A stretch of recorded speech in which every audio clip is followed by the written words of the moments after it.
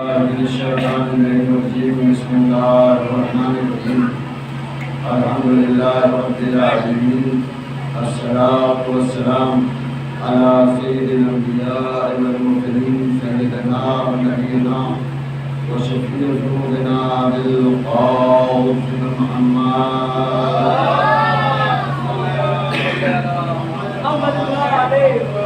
وعلى آله الطيبين الطاهرين المعصومين المنتجبين المؤمنين ولعنة الله على أعدائهم أجمعين في يومنا هذا إلى قيام يوم الدين.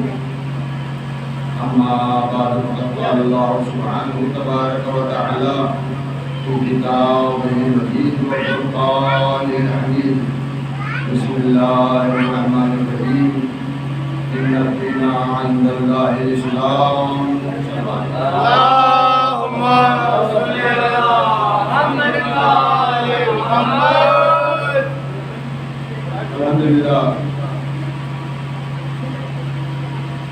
جو گفتگو میں نے ابتدائے محرم سے آپ کے سامنے عرض کی تھی، اس میں فضائل اہل بیت کے ساتھ ساتھ شریعت محمدی کے چند اصولوں کو میں نے آپ کے سامنے پیش کیا، اور وہ بھی میں نے یہ کہہ کے پیش کیا تھا کہ شریعت اسلام میں شریعت محمدی جسے کہتے ہیں اس میں بہت سی چیزیں مستحب ہیں اور بہت سی چیزیں واجب ہیں اور بہت سی چیزیں شریعت ہیں اور بہت سی چیزیں سماج ہیں. اور ابتدائی اشرے میں نے آپ کے سامنے یہ بات عرض کر دی کہ کسی بھی چیز کو اس کے خانے سے الگ رکھنے کا مطلب غلط. اور پہلی بات ہے کہ دامن وقت میں اتنی گنجائش نہیں رہی کہ میں ہر بات کی تفصیل آپ کے سامنے عرض کر پاؤں. لہٰذا میں نے جہاں تک ہو سکا اتنی چیزیں آپ کے سامنے رہی اور دامن وقت میں جتنی گنجائش رہ سکی.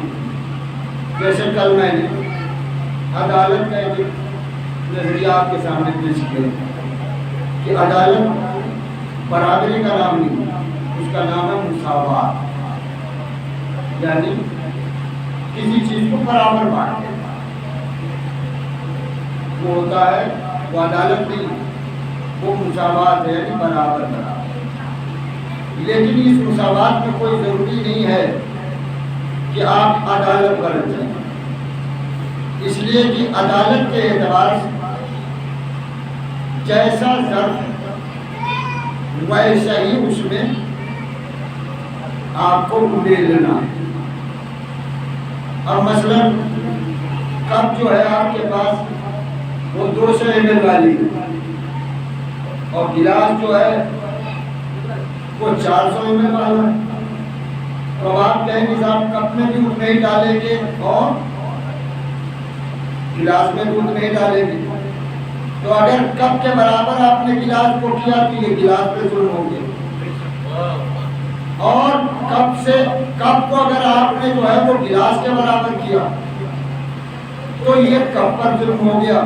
اور کپ پر ہی نہیں ظلم ہوگا بلکہ وہ جس میز پہ رکھا ہے اور جس جگہ رکھا ہے، اس لیے 200 والے میں آپ 400 ml ڈالیں گے تو اس کا مطلب ہے کہ وہ ہضم نہیں کر سکتا، وہ گرا دے گا اس کو. بالکل ایسے ہی کہ عدالت کے اعتبار سے آپ کو یہ دیکھنا ہے کہ یہ انسان کس لائق ہے، یہ انسان کس لائق ہے. اس لیے جب مولا نے ہمارے اللہ کی وحدانیت کے بارے میں سوال کیا گیا تو الگ الگ جواب. دیکھیں آپ مولا کائنات ہیں، ان سے پوچھا گیا کہ اللہ کو کیسے پہچانا جائے؟ فرمایا کہ من عرف نفسہ فقد عرف ربہ. جس نے اپنے نفس کو پہچان لیا، اپنے آپ کو پہچان لیا، اس نے خدا کو پہچان لیا. مطلب یہ کسی حکیم آدمی کا جواب ہے، کسی حکیم سے فرما رہے مولا کہ جس طریقے سے تم اپنے جسم کو دیکھ رہے ہو اگر تم اپنے جسم کو بھی پہچان لو گے تو خدا پہچان میں آ جائے گا. مطلب پورے جسم کو چلانے والا کون ہے؟ دل. یہی ہے، دل ہے. دل بادشاہ جسم ہے. وہ جب کہتا ہے تو کہنے کی ضرورت نہیں ہے. قدم خود آگے بڑھتے، ہاتھ خود ہلتا ہے، زبان خود چلتی ہے، ہونٹ خود ہلتے ہیں، انسان جھکتا ہے، اٹھتا ہے، بیٹھتا ہے. تو کیا آرڈیننس ہوتے ہیں؟ نہیں. آپ کے دل نے جو کہا وہ آپ کے جسم نے بغیر چوں اور چرا کے کیا. تو سمجھ لو اس کائنات کا خدا وہ ہے جو کہے گا نہیں بار بار، مگر جو چاہے گا وہ تمہیں کرنا ہے. صلوات پڑھو محمد والے.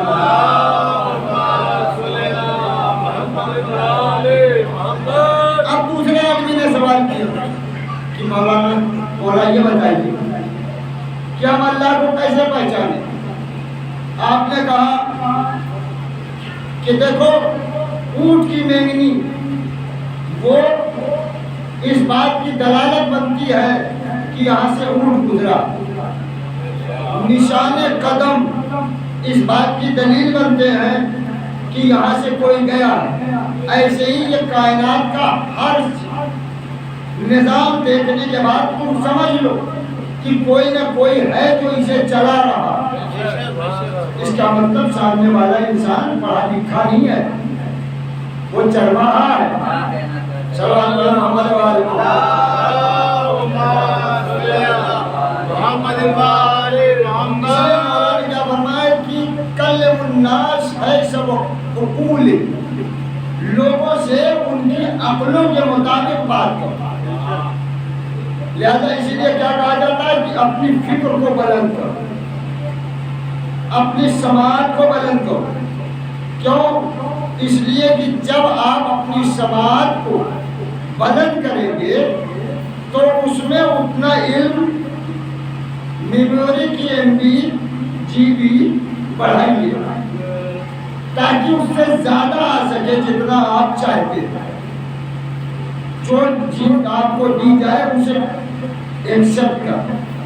کل میں نے سماجی دنیا میں بات یہاں تک پہنچائی کہ زوجیت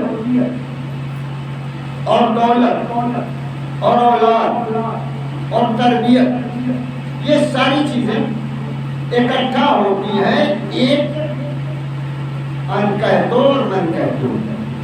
یہ تو اور اس کے بعد آخر میں نے یہ بھی آپ کے سامنے عرض کر دیا کہ دیکھیے خلوص الگ چیز ہے، ضرورت الگ چیز ہے. چونکہ کل یہ موضوع میرا دشنا رہ گیا اس لیے مجھے اس سے جوڑنا ہے اور میں نے جان بوجھ کے چھوڑا تھا بھائی 12:15 بجنے والے تو میں کہاں تک پڑھ دیتا اور کہاں تک آپ کی نیند اڑا کر کے بات کو اپنی کہہ لے. تو میں نے آخر میں یہ بات کہی تھی کہ جناب خدیجہ نے حضور کی محبت میں ان سے شادی کی، اس لیے کہ جو محبت والی نہیں ہوتی اس میں یہ پرابلم آتا ہے. تو میں نے چھوٹی سی مثال دی تھی آپ کہ پہلے آپ نہیں کر رہے ہیں، بعد میں آپ ہاں اس لیے کر رہے ہیں کہ وہ آدمی اب منتری ہو گیا، وہ آدمی اب بڑا آدمی ہو گیا، لہذا آپ شادی کرنے کے لیے تیار. اس کا مطلب کیا ہوا؟ آپ نے شادی کو نہیں رکھا مد نظر، آپ نے شادی نہیں رکھا، آپ نے زوجیت کے بجائے اپنی پکڑ مضبوط کرنی چاہیے کہ ہم کم سے کم منتری جی کے خصوص کہلائیں گے. یہی ہے. اب دیکھیے سیرت علی کی بھی ہے اور سیرت رسول کی، دونوں ایک دوسرے کی سیرت ایک ہی سیرت ہے. اب آج جو میں چیپٹر پڑھنے جا رہا ہوں اسے سن گیا. اس کا دیکھیے کئی غلط ٹرانسلیشن میں کیجیے گا کہ ہم نے کہہ دیا تو اب آپ اس بات پر آ ہی گئے کہ جس نے آپ کو کہہ دیا اس کے لیے میں نے اس سے پہلے بھی مجلس میں پڑھا. ٹھیک ہے، اسلام نے آپ کو اختیار دیا کہ آپ کی مرضی ہو تبھی کرائیں۔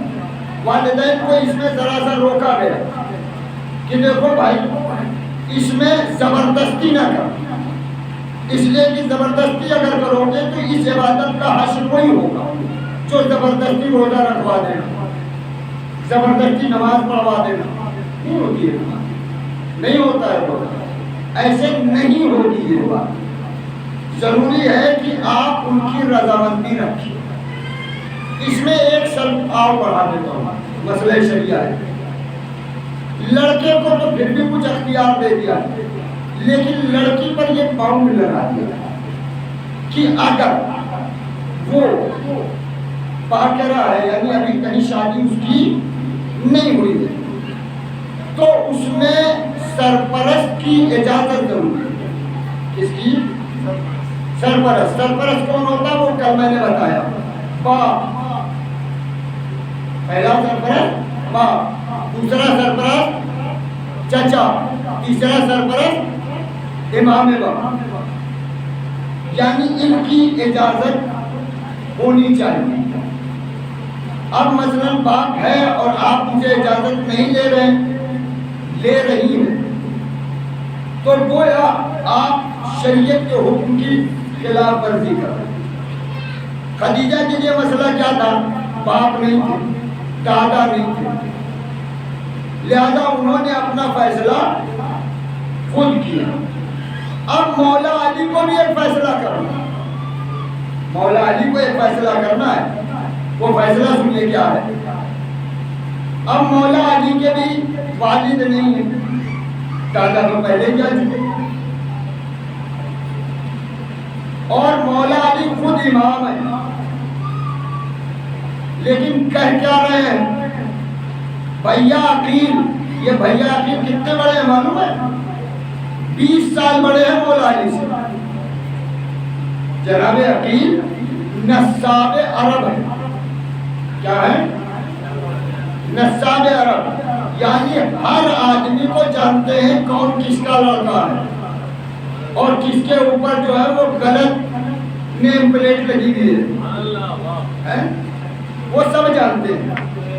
لہذا جناب عقیلی کی بات نہیں میں کر رہا ہوں، آپ جس قوم کو جاہل کہتے ہیں اس قوم کے علم کا یہ عالم تھا، اس قوم کے علم کہ پاؤں کے نقش قدم دیکھ کر وہ اس کا خاندان اور شجرہ کھنگال ڈالتے تھے۔ جیسے آج فنگر لگاؤ، آدھار کے ذریعے سے سب پتہ لگ جاتا ہے، اس زمانے کا آدھار دوسرا ہی تھا۔ پیر کو نشان دیکھ لیا انہوں نے، کہنے لگے یہ آدمی فلاں قبیلے فلاں خاندان کا، فلاں قبیلے فلاں خاندان کا ہے۔ اب آپ سوچ رہے ہو کہ نئی چیز ہے، نہیں چیز ہے۔ شب ہجرت جب رسول خدا چلے گئے تو ان لوگوں کو بلایا گیا جو نقش قدم دیکھتے تھے۔ ان لوگوں نے نقش قدم رسول دیکھتے وہاں تک پہنچ گئے۔ کہاں تک؟ غار ثور تک۔ اور اس کے بعد وہ لوگ خود کہنے لگے بھیا یہاں کے بعد یا تو وہ اوپر چلے گئے یا کہاں چلے گئے یہ ہمیں پتہ نہیں، یعنی نشان قدم رسول جانتے تھے، نشان قدم رسول جانتے تھے۔ تو اس زمانے میں علم کتنا اونچا ہونا چاہیے، اس زمانے میں علم اتنا اونچا ہونا چاہیے جب نشان قدم سے تم کسی کی نسل کا پتہ لگا لے رہے ہو۔ تو اب رسول کے لیے ضروری ہے کہ کوئی ایسا بندہ دے جو یہ علم بھی ختم ہو جائے تو نسلوں کا پتہ تو لگے۔ اسی لیے مولا علی نے کیا کیا؟ کلہ اجگر چھین دیا۔ اب بات آ گئی تو پڑھے دے رہا ہوں، سلوات پڑھتے ہیں آپ لوگ سنیں گے۔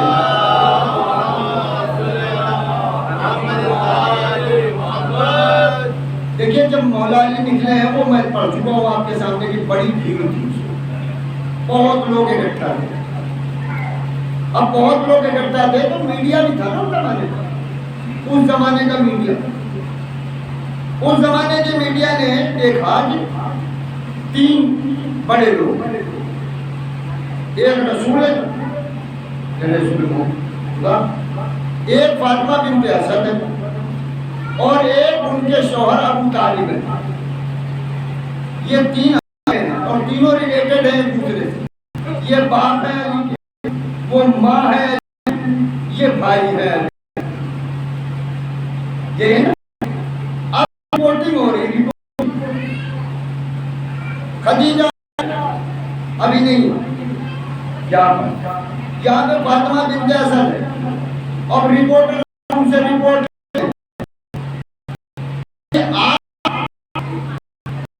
کعبے میں دیوار ہوئی تو کچھ فرمائیں آپ، تو عجب جواب دے رہی، یہ نہیں کہہ رہی کہ میرے لیے اللہ نے دیوار میں در بنایا، نہ یہ کہہ رہی ہے کہ مجھے رسول لینے آیا، نہ یہ کہہ رہی ہے کہ بھائی میں متولی کی بیوی ہوں، نہ کہتے ہیں کہ اللہ نے مجھے 3 دن مہمان رکھا اور مجھے جنت سے کھانے کھلائے۔ توجہ فرمائی آپ نے، ارے بیوی یہ کھانے پینے کی بات کیوں کر رہی، یہ کھانے پینے کی بات کیوں کر رہی ہیں؟ کہا اس لیے کہہ رہی ہوں کہ ان کی سمجھ میں تو آئے، بھائی تمہارا خدا وہ ہے جسے تم کھانا دیتے ہو، جسے تم لے جا کے دیتے ہو، اور میرا خدا وہ ہے جو مجھے کھانا دیتا ہے۔ صلوات پڑھے محمد و آل محمد۔ اب یہ جناب خدیجہ، جناب فاطمہ بنت اسد، اب دوسرا انٹرویو آگے بڑھا۔ ابو طالب آپ تو قانون سے آگاہ ہے، بالکل آگاہ ہے، کہا تو پھر بیٹوں کو لٹائیے وہاں پر اس پتھر پر جہاں لٹایا جاتا ہے، اس کے بعد اژدہا آتا ہے اور وہ فیصلہ کرتا ہے کہ لڑکا صحیح راستے سے آیا ہے کہ دوسرے راستے سے چلا آیا ہے۔ ابو طالب نے کہا بولو لٹائیے محمد، لٹاؤ۔ اب علی چھوٹے سے پتھر پہ لٹا دیے گئے اور اس اژدہے کو چھوڑ دیا گیا جس کی آج شامت۔ وہ اژدہا آیا اور اس نے علی کے گرد آ کر چاہا کہ علی کو بتائے۔ علی نے کہا نہیں، ڈیوٹی چینجر، اب تو نہیں بتاؤ گے، آج کے بعد میں بتاؤں گا۔ لہذا اوپر کا ایک کلہ پکڑا، اس کا نیچے کا، اور دونوں ہاتھ لگائے۔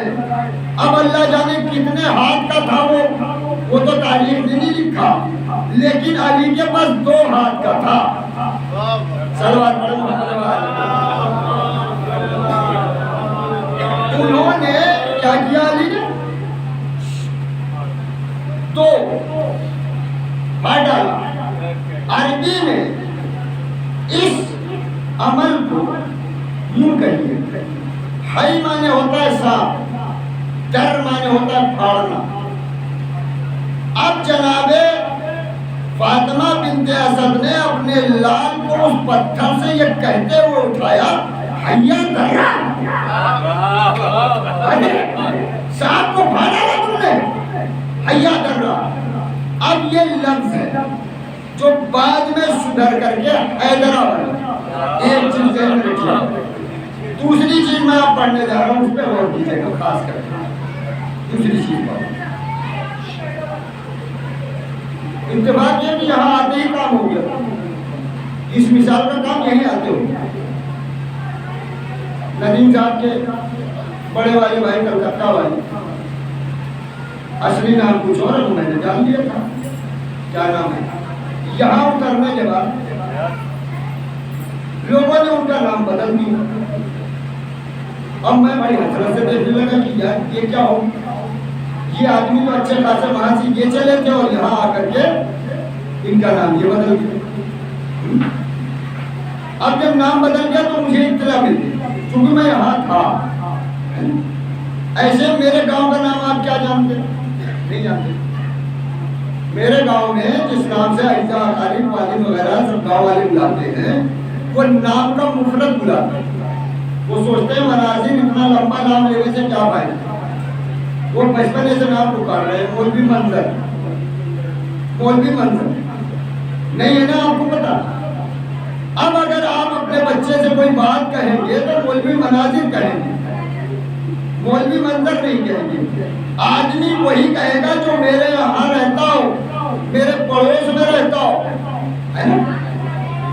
اب یہ جو مرحب کی اماں تھی یہ بنی ہاشم کے محلے میں نہیں رہتی تھی, سمجھ گیا. اور اس کو کیا پتا کہ ان کا نام دوسرا ہے, حیدر کا ایسے ہی ماں نے کہہ دیا تھا. اور اس کے بعد بھی میں آپ سے پھر گزارش کرتا ہوں, آپ جتنی حدیث پیغمبر ہیں سب پڑھ لیجیے, سب میں کہیں حیدر کا نام نہیں آیا. ہمیشہ یا علی یا علی یا علی, ہے نا, یہی ہے. یا پھر دوسرے لفظ بدلے ہیں تو دوسرے الفاظ میں ابو تو رہا, یا ابا تو رہا, یا ابا الحسن. لیکن حیدر سے کوئی روایت آپ نہیں دکھائیں گے. یعنی حیدر اماں والا نام تھا, پیار والا نام تھا. وہ وہاں سے لے گئی اور اس کے یہاں مرحب پیدا ہوا. جب اس نے اپنے بیٹے کی بہادری دیکھی تو اس کو یاد آیا یہ بیٹا تو بڑا ہو کے بہادر ہوا ہے, لیکن وہ فاطمہ بنت اسد کا بیٹا جو ہے وہ بہت بڑا, بچپن ہی میں اس نے کلے ایک کو چیر دیا. لہذا اس نے اپنے بیٹے کو وصیت کی, بیٹا دنیا میں سب سے لڑنا, سب سے لڑنا, مگر حیدر نامی پہلوان سے نہیں لڑنا. حیدر نامی پہلوان سے نہیں لڑنا. اب سوال اس بات کا ہے کہ اسے حیدر نام کس نے بتایا؟ یہ وہی سے سن کے آئی تھی. اس کے دماغ میں بالکل فٹ تھا کہ وہ بچہ جو کعبے میں پیدا ہوا ہے اس کا نام حیدر ہے. اسی لیے مولا علی نے بھی بتایا سنو تمہارے ماؤں کی داستانی نہیں, میں کافروں اور یہودیوں کی ماؤں کی داستانیں بھی جانتا ہوں. لہذا جب خیبر میں پہنچے تو انہوں نے وہی لفظ کہا جو اس کی اماں نے کہہ رکھا تھا. اس نے کہا میری ماں نے میرا نام مرحب رکھا ہے. تو علی نے ٹکر میں یہ جواب نہیں دیا تھا, کہا وصیت بھی یاد کر لو اپنی اماں کی, میری ماں نے میرا نام حیدر رکھا ہے. میری ماں نے میرا نام حیدر رکھا ہے. یعنی امامت بتا رہی ہے کہ دیکھو مائیں بھی جو نام رکھتی ہیں وہ بھی ہمیں پتا ہے, مائیں جو نام رکھتی ہیں وہ بھی ہمیں پتا ہے. اس نے سنا حیدر پہل واپس. اب جو واپس آنے لگا تو ابلیس صاحب مل گئے. ابلیس صاحب انہوں نے کہا کہاں جا رہا, کہنے لگے ہم نے منع کیا, سارے کچھ سوچو نہیں. ایک نام کے کئی لوگ ہو سکتے ہیں. آج بھی ہم سے لوگ پوچھتے قرآن میں نام کیوں نہیں ہے, قرآن میں نام کیوں نہیں ہے؟ جب اتنے اہل بیت عظمت والے تھے تو اللہ کو چاہیے تھا کہ علی, فاطمہ, حسن, حسین سب دے دیتا, قرآن میں دے دیتا, لکھ دیتا, کام ختم تھا, ہے نا. لیکن نہیں, اللہ نے کردار بتائے, نام نہیں لیا. کیوں؟ اس لیے کہ ابلیس کا ایک حربہ یہ بھی ہے کہ ایک نام کے کئی لوگ ہوتے, ہو سکتا ہے کہ وہ نہ ہو, ہے نا. لہذا نام نہیں لیا تاکہ تم ابلیس کے بہکاوے سے بچ سکو. اس لیے نام کے چکر میں نہ جانا. ہو سکتا ہے نام ہو محمد ابن عبد الوہاب اور وہ اسلام کا نام ہی چینج کر کے وہابی بنا دے. صلوات پڑھتے محمد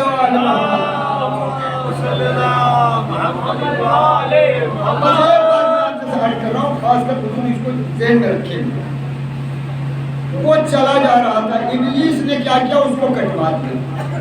قرآن پڑھنا, نیکی پڑھنی, ابلیس نے کیا کیا, کٹوا دیا. مولا علی کے سامنے نہیں کیا. مولا علی یہ بتائیے کہ ابلیس کی پارٹی کا آدمی تھا, ابلیس کو چاہیے تو بچا کے رکھیں، لیکن نہیں، ابلیس نے اسے کٹوا دیا۔ بھائی کلمہ پڑھ لیا تھا اس نے، اسلام قبول کر لیا تھا، وہ تو کچھ بھی نہیں کیا اس نے، بس اتنی بات تھی کہ اپنی کافرہ ماں کی بات مان رہا تھا، سمجھ گئے؟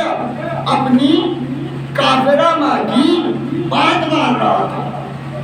ابلیس کو یہ بات ڈاؤٹ ہو گئی کہ اگر اس نے ماں کی بات مان لی، اس نے اگر ماں کی بات مان لی تو قدرت کے یہاں رحم بہت زیادہ ہے، جب یہ اپنی کافرہ ماں کی بات مان لے گا تو کہیں ایسا نہ ہو کہ اسے دولت ایمان مل جائے، لہذا اس کا کٹوا دو۔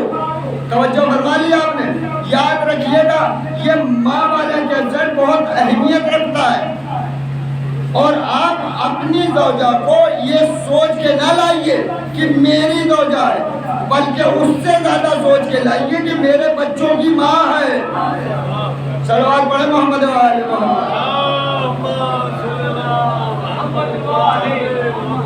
اسی کو مولا علی نے عقیل سے شیئر کیا، بھیا میں ایک ایسی خاتون سے شادی کرنا چاہتا ہوں جس سے مجھے شیر دل بچہ پیدا ہو، جو میری نیابت اور میرے حسین کی حفاظت کربلا میں کرے۔ کس سے کہا؟ عقیل۔ میں کہتا ہوں مولا اس کی ضرورت کیا؟ آپ تو چاہے جس عورت سے شادی کر لیں اس سے ہی جوان بچہ پیدا ہو جائے گا، مہربان بچہ پیدا ہو جائے گا، شجاع بچہ پیدا ہو جائے گا، بھئی آپ کا خون ہے۔ لیکن علی نے بتایا سنو، میرا نطفہ ہونے کے باوجود اگر ماں مکمل نہیں ہے تو میں جیسا چاہتا ہوں ویسا بچہ نہیں پیدا ہوگا۔ توجہ فرما لیا آپ نے؟ یہ غور کرنے والی چیزیں ہیں، اس پر کبھی غور کیجیے۔ جنگ جمل ہے نا، جنگ جمل میں تیر چل رہے تھے بہت تیز، اور آپ اپنے ایک بیٹے محمد حنفیہ سے کہہ رہے تھے بیٹا آگے بڑھو آگے بڑھو، اور بیٹا پلٹ کے کہہ رہا تھا بابا، بھائی علی کے بیٹے اس میں کوئی شک نہیں ہے، بابا دیکھ رہے ہیں کتنے تیر ہیں، دیکھ رہے ہیں کتنے تیر ہیں، کیسے آگے بڑھ جاؤ؟ اور مولا علی نے کہا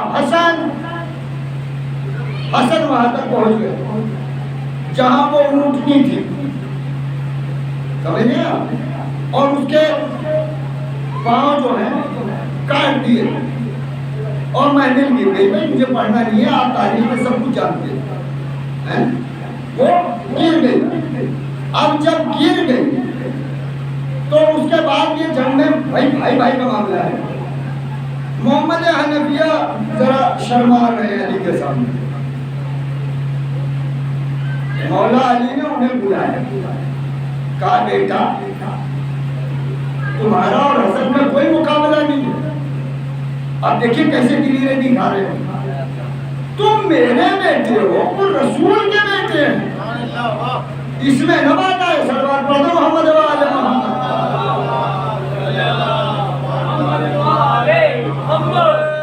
مولا نے تو یہی کہا، مولا نے تو یہی کہا کہ وہ رسول زادے ہیں، فرزند رسول ہیں، مباہلے کی وجہ سے، آیت کی وجہ سے، قرآن کی وجہ سے، اور تم میرے بیٹے ہو۔ یا جملہ میں ذرا سا ٹرانسلیٹ کر دوں، تم اپنی ماں کے بیٹے ہو، وہ بطول کے لال ہے، وہ شہزادی کے لال ہے، تمہارا ان کا کوئی مقابلہ نہیں ہے۔ یہ آپ نے شورٹ کر دیا، رکھ دیجیے اس فائل کو، اب دوسری فائل کھول رہا ہوں۔ عقیل میں ایسی خاتون سے شادی کرنا چاہ رہا ہوں جس سے، تو عقیل کو بھی تو چاہیے تھا جواب دے دیتے، ارے تم حیدر کرار ہو، تم کسی سے بھی کر لو شادی، تمہارے بچے تو بہادر پیدا ہی ہوں گے، بھائی شیر کے بچے تو شیر ہوتے ہی ہیں۔ لیکن نہیں، عقیل بھی اس بات کو سمجھ رہے ہیں، یہ ظرف ایسا ہے کہ اس پر بیج کا اثر غلط بھی پڑ سکتا، اس لیے کہ قرآن نے 2 عورتوں کا ذکر کیا ہے، 2 عورتوں، ایک زوجہ نوح کا، ایک زوجہ لوط کا۔ زوجہ نوح کے ہاں نوح کا بیٹا تھا، مگر چونکہ پرورش غلط گود میں ہوئی تھی، نشو و نما غلط گود میں ہوئی تھی، تو باپ کے بلانے پہ آیا نہیں، پہاڑ پہ چڑھ گیا۔ یعنی اس نے ایک نظام بتا دیا کہ اماؤں کی غلطیاں پہاڑ پہ چڑھا دیتی ہیں۔ صلوات پڑھ دو محمد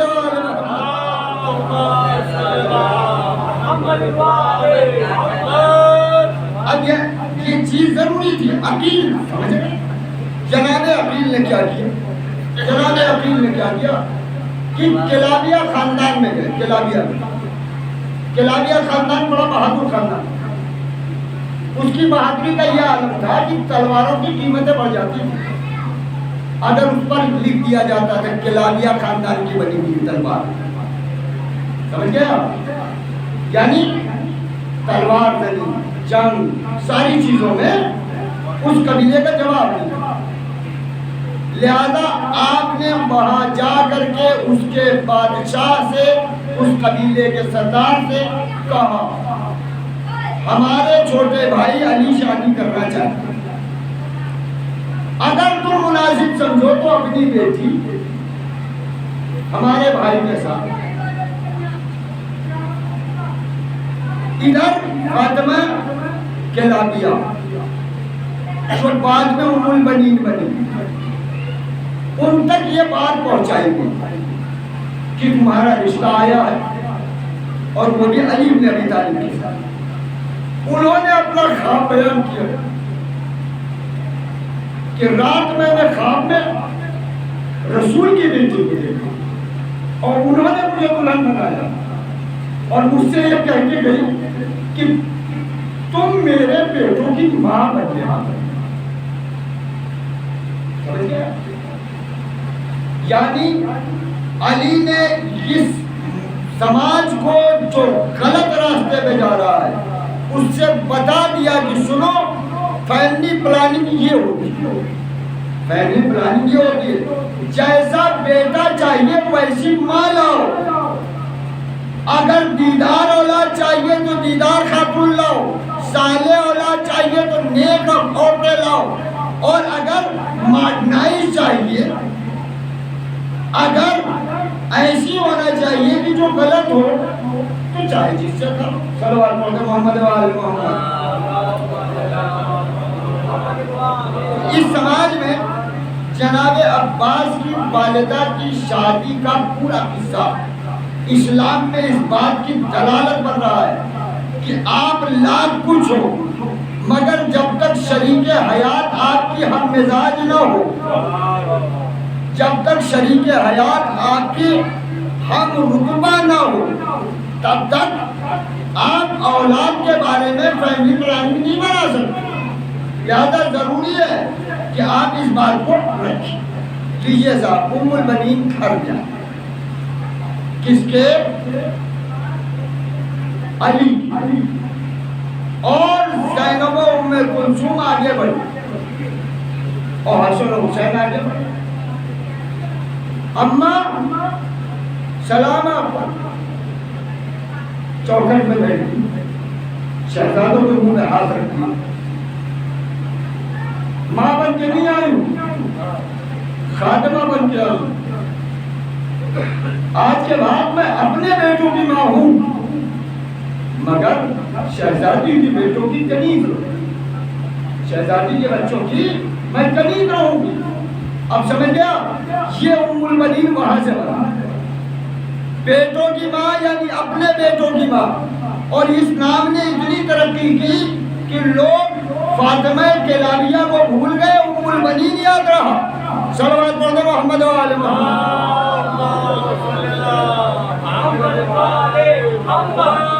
لہذا اس مسئلے کو آپ صرف واقعہ سمجھ کے نہیں، اہل بیت کا ہر عمل ہمارے لیے کردار ہے، نمونہ عمل۔ نتیجہ، پہلی اولاد عباس۔ عباس کیوں عباس؟ اس لیے کہ علی کو وارث چاہیے، علی کو وارث چاہیے تھا۔ علی کے پاس کتنے منصب تھے وہ میں گنا رہا ہوں، سنیے۔ مولا علی کے پاس ایک منصب کا نام ہے جانشینی پیغمبر اسلام، خلیفہ۔ اس کے لیے اللہ نے ان کو 2 اولادیں دے رکھی ہیں، ایک کا نام حسن ہے، دوسرے کا حسین، اور دونوں جانشین پیغمبر ہیں، بلکہ جانشین پیغمبر کیا، فرزند رسول کہلاتے ہیں۔ دوسرا عہدہ مولا علی کے پاس کیا ہے اس دنیا میں؟ دوسرا عہدہ مولا علی کے پاس ہے علمداری کا۔ کیا ہے؟ بھائی اس میں بھی مقابلہ ہوا ہے نا بھائی خیبر میں مقابلہ ہوا کہ نہیں ہوا؟ جب رسول نے کہہ دیا میں اس کو علم دوں گا جو مرد ہوگا، جرار ہوگا، غیر فرار ہوگا، ساری علامتیں بتا دوں، اس کے بعد بھی لوگ پنجوں پہ کھڑے ہو رہے، شاید ہمیں مل جائے، شاید ہمیں مل جائے، شاید ہمیں مل جائے۔ ارے ہوش کے ناخن لو، اس میں ساری صفتیں بیان ہو گئی ہیں۔ اللہ رسول کو وہ چاہتا ہوگا، اللہ رسول اسے چاہتے ہوں گے، یعنی وہ رضی اللہ نہیں ہوگا کبھی، اس سے اللہ ہمیشہ راضی رہے گا۔ صلوات پڑھتے محمد و آل محمد۔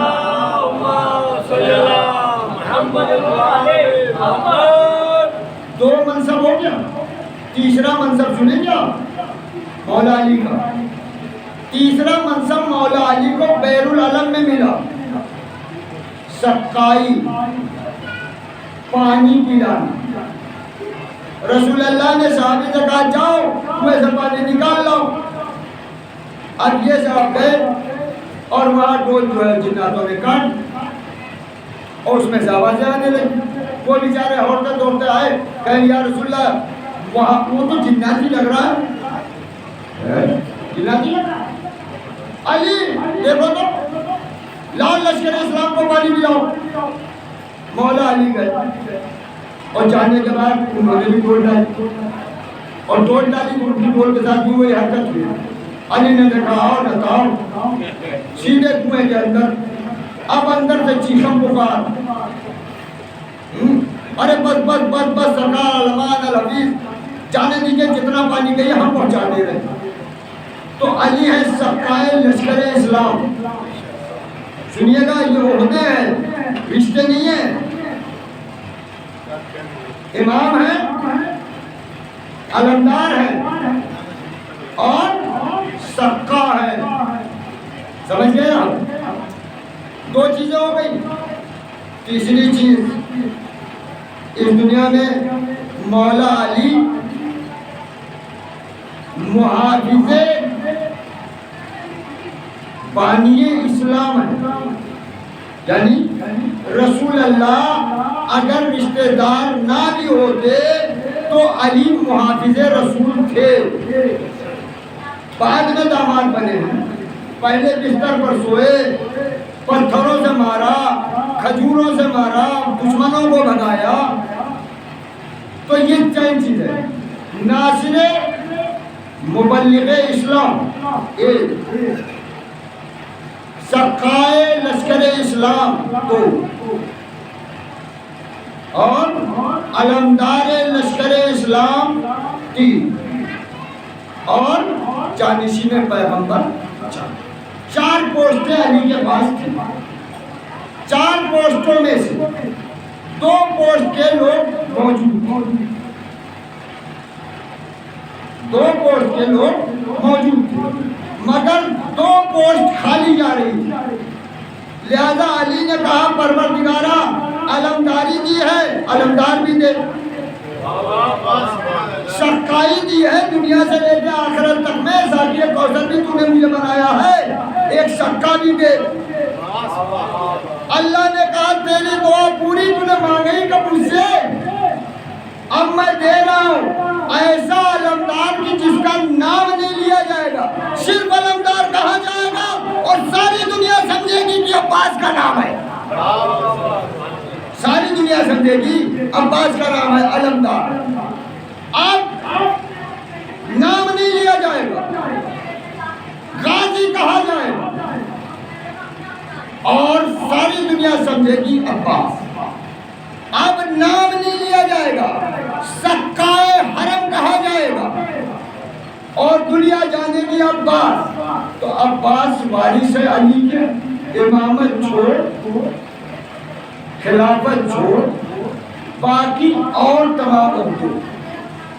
یہ علمداری کا عہدہ یہاں کا نہیں ہے علی کا، یہ بہت آخر تک ہے۔ دنیا تو بس خیبر کے علم تک جانتی ہے نا۔ میں آپ کی خدمت میں سلوات پڑھنے میں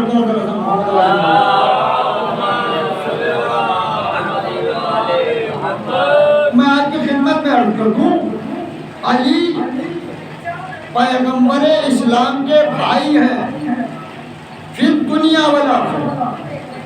رسول نے جب بھائی بنایا تو کہا انت اخی فی دنیا والآخرہ، تم میرے بھائی ہو اس دنیا میں بھی آخرت میں بھی۔ پھر جب آپ نے انہیں پرچم دیا تو کیا کہا انت صاحب لوائی، لوائی میں نے علم، میرا علم، انت صاحب لوائی فی دنیا والآخرہ، اس دنیا میں بھی تم میرا علمدار ہو اور وہاں بھی آخرت میں بھی۔ میں نے کہا بھائی بھائی والے تو بات سمجھ میں آتی ہے، لیکن یہ علمداری وہاں کیا کرے گی؟ وہاں کہاں خیبر کی جنگ ہونی ہے، وہاں کہاں لشکروں کی جنگ ہونی ہے، کہاں ملکوں کی جنگ ہونی ہے، وہاں تو مالک الملک ایک ہے۔ لیکن رسول نے کہہ دیا تو ہمارے چھٹے امام نے بتا بھی دیا، صلوات پڑھیں محمد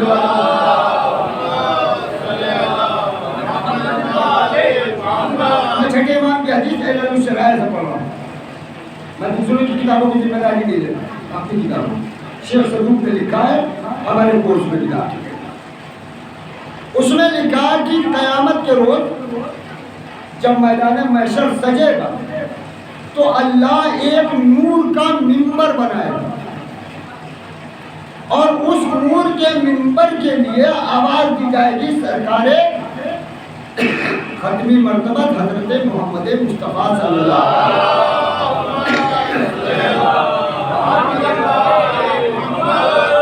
سرکار حبیب رب العالمین اپنے منبر پر۔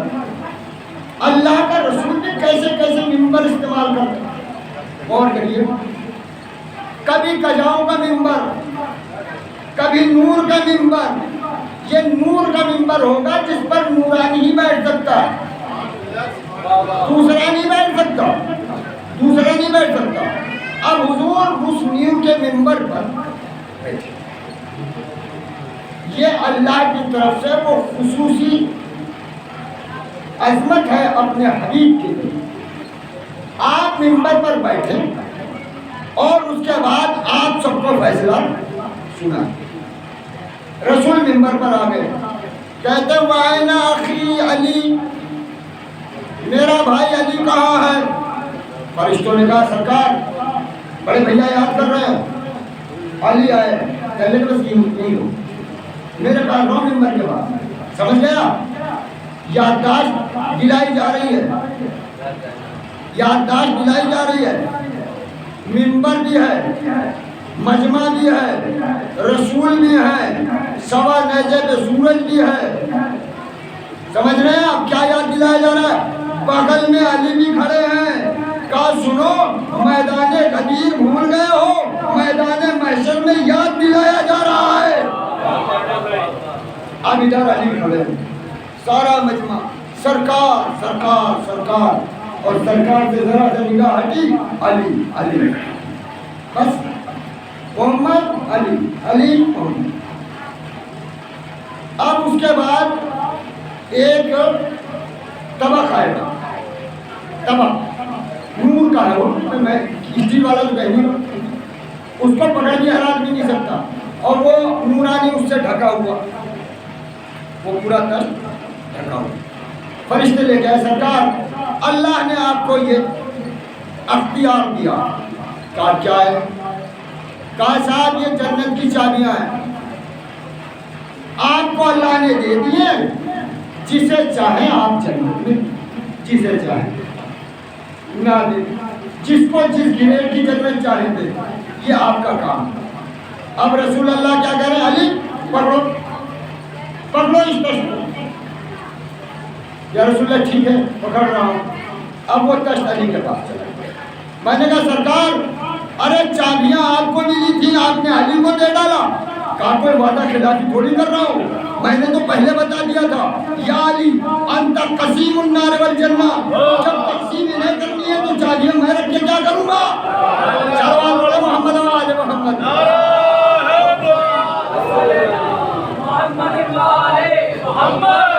اس کے بعد ایک بڑا سا پرچم آئے گا، یہ سب نورانی چیزیں ہیں. اس پرچم کا نام ہے لوائے حمد، اللہ کی حمدیت کا پرچم. بہت بڑا ہوگا. یہ لوائے حمد لے کے فرشتے آئیں گے. سرکار اللہ نے وہ صاحب حمد اور آپ محمد یہ پرچم پکڑیا، یہ علم آپ پکڑیے. انہوں نے کہا دو علی کو. پھر ہم نے کہا یا رسول اللہ علی کو کیوں؟ کہا سنا نہیں تھا میری زندگی میں وعدہ، میں کوئی وعدہ خلاف نبی نہیں ہوں. میں نے کہا تھا انتا صاحب لوائی فی دنیا والآخرہ، تو دنیا میں بھی میرا علمدار ہے اور آخرت میں بھی علمدار ہے. سمجھ گیا؟ اب یہ علمداری علی کے ہاتھ میں آ گئی. کون سی؟ میدان محشر والے. علم کیوں ہوتا ہے یہ بھی میں بتا دوں، تھوڑا نوجوان اس میں ڈسٹرب ہو رہے ہیں. یہ علم کا کام کیا ہے؟ دیکھیے علم جس کو کہتے ہیں عربی لفظ، اس کا انگریزی میں کیا ہے؟ ماشاءاللہ سبھی جانتے ہیں. یہ فلیگ جو ہوتا ہے اس کا کام کیا ہوتا ہے؟ اس کے 4-6 کام ہیں، 4-6 کام، جس میں سے ایک کام ابھی طالبان نے کیا افغانستان میں. ابھی کل ہی تو کیا ہے، پرسوں. کیا کیا؟ کہنے لگے صاحب افغانستان کا پارٹی کا جھنڈا ختم، طالبان کا سفید والا لا الہ الا اللہ والا. کہاں لگ گیا؟ کہنے لگے کابل پر. مطلب یہ علم بتاتا ہے کون جیتا اور کون ہارا. سابقہ حکومت ہار گئی، طالبان جیت گیا. تو اس نے کیا کیا؟ اس حکومت کا جھنڈا نیچے، اپنا جھنڈا اوپر. کہاں تک پھیلائے گا وہ اپنا جھنڈا؟ طالبان کہاں تک؟ کہنے لگا افغانستان تک. میں نے کہا پاکستان میں نہیں پھیلائیں گے. کہنے لگے کیا مطلب سمجھتے ہیں؟ ارے میں نے کہا بھائی ان کو چاہیے کہ پاکستان میں بھی پھیلا دیں، سارا کس سے ختم ہو جائے. کہا نہیں ہوگا، اس لیے کہ انہوں نے جس ملک کو فتح کیا ہے اس کا نام ہے افغانستان، وہ پاکستان میں نہیں چل سکتا. میں نے کہا اچھا، تو اس کا مطلب یہ کہ جس ملک میں جس ملک کا جھنڈا پھہراتا ہے، جس ملک کا پرچم بلند ہوتا ہے، وہ اس کا ہوتا ہے. اب مجھے بتاؤ، کربلا کیپٹل ہے اور پوری کائنات میں عباس کا علم ہے. بھائی کتاب میں نہ جا کے ڈھونڈو کہ کون جیتا کون ہارا. بھائی جیت ہار یہی تک ہوتی ہے نا، جہاں تک جس کا پرچم وہاں تک اس کی فتح، وہاں تک اس کی جیت. بھائی سنتے چلے آ رہے تھے نا، آج یہ شہر پہ قبضہ، کل اس شہر پہ قبضہ، پرسوں اس شہر پہ قبضہ. اب آپ سمجھے یزید کے ہاتھ سے شروع ہوا مجلس علم، وہاں سے چلا. کہا یزید تیری حد تو لمیٹڈ تھی، تو ہندوستان تک نہیں پہنچ پایا، ہم جائیں گے ہندوستان تک. صلوات پڑھے محمد و آل محمد. مولوی بڑا پریشان ہوتا ہے.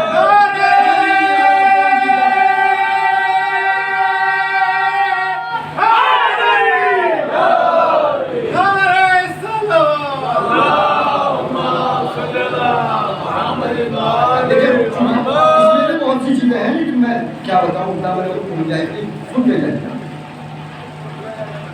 تو اس کا مطلب ایک تو یہ چیز ہے کہ جس کا جھنڈا جہاں تک، جس کا علم جہاں تک، جس کا فلیگ جہاں تک، اس کی جیت وہاں ہوگی. بات دوسری منزل. کبھی کبھی یہ پرچم جو ہوتا ہے، علم جو ہوتا ہے، یہ آپ کی پارٹی بتاتا ہے.